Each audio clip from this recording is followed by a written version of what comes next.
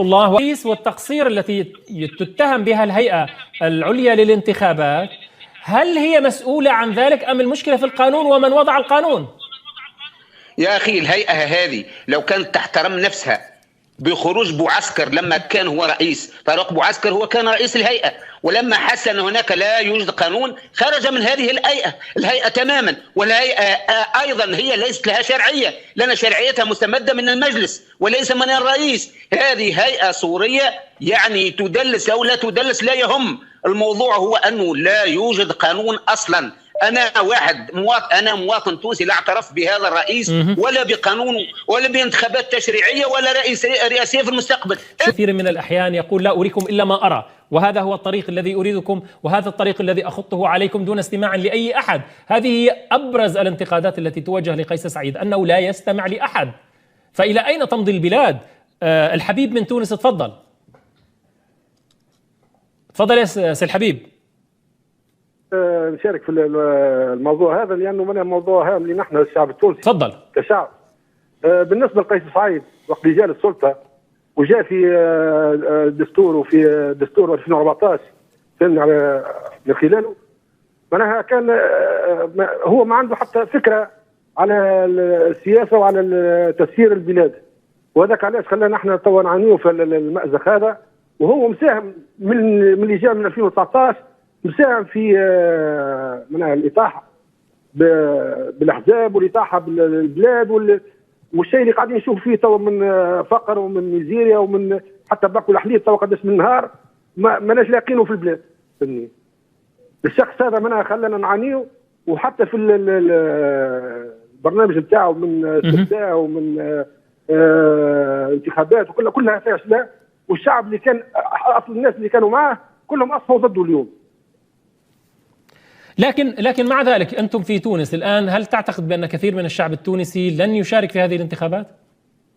الانتخابات ما عندها حتى قيمة، لأنه على المستوى الشعبي حتى في الأحياء الشعبية أنا عايش في وسطها ونعرفها ما فماش حتى اهتمام بها أصلا، لأنها منها ماهيش من مشمولات مشاكل اليوم اللي قاعد يعاني. لا لاقي لا زيت، لا لاقي حليب، لا لاقي سكر، لا لاقي منها مواد أساسية في البلاد ماهيش موجودة. وكثير من الناس منها تعاني من البطالة. شبابنا كله منها تقول انه سيب البلاد ومشى خرج، من اللي حرق واللي مشى في البحر واللي منها البلاد واقفه وماشيه الا خراب ما هو خراب. شكرا لك يا الحبيب. الاخ صالح من فرنسا، الى اي مدى يمكن ان يفشل مسار قيس سعيد او يصل الى الفشل الذريع النهائي من خلال هذه الانتخابات التشريعيه القادمه؟ صالح تفضل. مساء الخير سي صالح. تفضل. عفوا سي جمال. اهلا بك يا صالح، تفضل. وبيك عايشك، شكرا لك اخ جمال. انا اظن ان قيس سعيد سائر في الطريق نتاعو، وقيس سعيد سيصل الى اخر النفق، وقيس سعيد سيمضي في الانقلاب الثاني. ليس قيس سعيد، ما زال التوانسه يتحدثوا لقيس سعيد. قيس سعيد مش موجود في العمليه. قيس سعيد هو يتلقى اوامر، يطبق هذه الاوامر. ولكن انا ما يغيظني الشيء اللي غاضني انا، لا تونسي يتحدث على الواقع اللي نعيشوا فيه، الواقع الملموس اللي نعيشوه في تونس. التونسي اليوم لا يوجد لا سكر لا حليب لا قهوه. التونسي تمس في قوته اليومي، تمس في معيشته، تمس في العمل نتاعه. خامسا علاش نقولوا كل شيء خير عملوا قيس سعيد؟ عملوا حاجه باهيه. مثلا البضائع مش موجوده لانه السكر مضر بالصحه، الطحين مضر بالصحه، الاشياء المضره بالصحه راح قيس سعيد وارتحنا المواطن ما عادش. بالله ثم موضوع اهم اللي كنت تحكي فيه. انا من مدينه هي المدينه الثانيه في الجمهوريه التونسيه، مدينه فيها اكثر من 1,000,000 ساكن. الان عندنا اكثر من شهر القمامه ما تهزتش. اي مدينه يا محمد؟ اكثر من شهر. اي مدينه؟ نعم سيدي. أي مدينة؟ مدينة صفاقس. طيب. مدينة صفاقس المناضلة عندها أكثر من شهر القمامة ما تهزتش. الآن مواطن الصفاقسي مسكين، الحل الوحيد القهن وشعلوا النيران في القمامة. يا لطيف. وهذه كارثة أخرى، كارثة بيئية. شكرا لك يا محمد.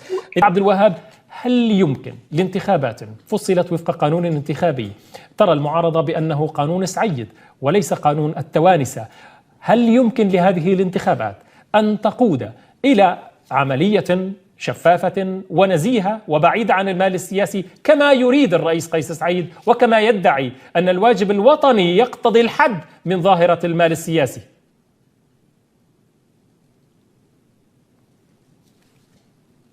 المحوري هو النفي التام، وهذا قلناه لما أصدر قيس سعيد رزنامته الانتخابية وأصدر الاستفتاء والدستور الجديد، وخاصة لما أصدر القانون الانتخابي. وفي هذه القناة بالذات كنت أقول أن هذا القانون الانتخابي سترون كيف أنه سيحول المسار الانتخابي المبرمج إلى فضيحة دستورية وقانونية، فضلا عما هي موسومة به هذه الانتخابات من انقلاب سياسي واضح يريد أن يغير تماما النظام الاجتماعي والسياسي في تونس، يفك الدولة التونسية ويؤدي حقيقة إلى كارثة وإلى الهاوية. طبعا يا سيدي احنا اليوم، أنا ما قلته نراه اليوم، تتحدثون عن تعثر. الحقيقة ليس هناك تعثر، هو الحقيقة هناك أن المستور انكشف بكل وضوح. قانون انتخابي يوضع على المقاس ليس للتونسيين بل للحشود، الحشود سعيد اللي هي بدأت تتقلص شيئا فشيئا، ثم يضع يرتب هيئة، تقولون هيئة مستقلة، هي هيئة مستلقية، هي هيئة الرئيس مستلقية، وأصبحت حقيقة كما جاء حتى في الإعلام التونسي يقول أن هذه هيئة تفسيرية لقرارات الرئيس. طيب، ولكن مع ذلك هل يمكن كما قال سعيد أن الواجب الوطني هو يمكن أن يصحح عيوب تشريع فصل على مقاس الرئيس؟ سعيد قال إن هذه الأخطاء، أو ربما هو حسب تعبيره إذا كان التشريع الحالي لم يحقق أهدافه فالواجب الوطني سيقضي على ظاهرة المال السياسي. يا سيدي الكريم، أي واجب وطني وأي إنقاذ وطني، بالعكس هو المشاركة أصلا في الانتخابات. المشاركة في هذه الانتخابات هو حقيقة ليس هو واجب وطني يعني، وهذا ما أجمعت عليه تقريبا جميع القوى السياسية والمدنية في تونس. أعطيكم خبر اليوم، ولاية كاملة، ولاية صفاقس اليوم التي ترزح تحت كارثة بيئية. اليوم المؤسسات الجهوية والمجتمع المدني يصدرون قرارا بمقاطعة الانتخابات للأسباب المعروفة إلى غير ذلك يعني. وبالتالي أنا أقول أن المشاركة، مجرد المشاركة في هذه الكراكوتات الانتخابية هي جريمة وطنية، وبالتالي لابد من مقاطعتها. طيب، الآن هذه الانتخابات، هيئة الانتخابات قالت بأن هناك بعض المشاكل اللوجستية والتقنية. يعني هل قانون ينسف المشاركة الحزبية، ينسف مبدأ القوائم؟ هل لمثل هذا القانون أن يقود إلى انتخابات نزيهة وانتخابات تمثل الشعب التونسي؟ الانتخابات هذه وضعت على خلفية معناتها مشروع انقلابي واضح، والهيئة ما تقوله الهيئة من أن هذه يمكن أخطاء وإلى غير ذلك هو كلام فارغ. بالعكس، كل المسار كله أعرج وكفيح، وهو سيؤدي إلى تفكيك الدولة وسيؤدي إلى تقسيم المجتمع وسيؤدي بتونس إلى الهاوية. مع ذلك لا أحد يتوقع أن قيس سعيد سيتراجع، سيمضي في هذه الانتخابات وبأي نسبة مشاركة كانت. فسؤالي عن الغرب والعالم الذي ينظر إلى هذه الانتخابات التي وصفتها بالهزلية والتي هي انتخابات على مقاس قيس سعيد، لا يبدو بأن أحدا يكترث في الخارج، وهو يريد انتخابات ولو شكلية ولو صورية، يريد أن يكمل قيس سعيد هذه المسرحية ببرلمان ولو كان صوريا. نعم يا سيدي، بالنسبة للخارج أنا أذكر أن مجلس حقوق الإنسان في الأسبوع الماضي في جنيف يعني أصدر تقريبا أكثر من 225 توصية تعرضت إلى مسألة الانتخابات وتعرضت إلى مسألة الانقلاب وإلى المخالفات الدستورية إلى غير ذلك. هذا يؤكد على أن على المستوى الأممي وعلى مستوى مفوضية حقوق الإنسان في جنيف، وخاصة بمناسبة الفحص الدوري لوضعية حقوق الإنسان في تونس، واضحة كل الوضوح. يبقى أن هذا بالنسبة لما يسمى الرأي العام الدولي، اما بالنسبه لممارسات الدول فان كل دوله لا يهمها ما يقع في الداخل، يهمها مصالحها هي.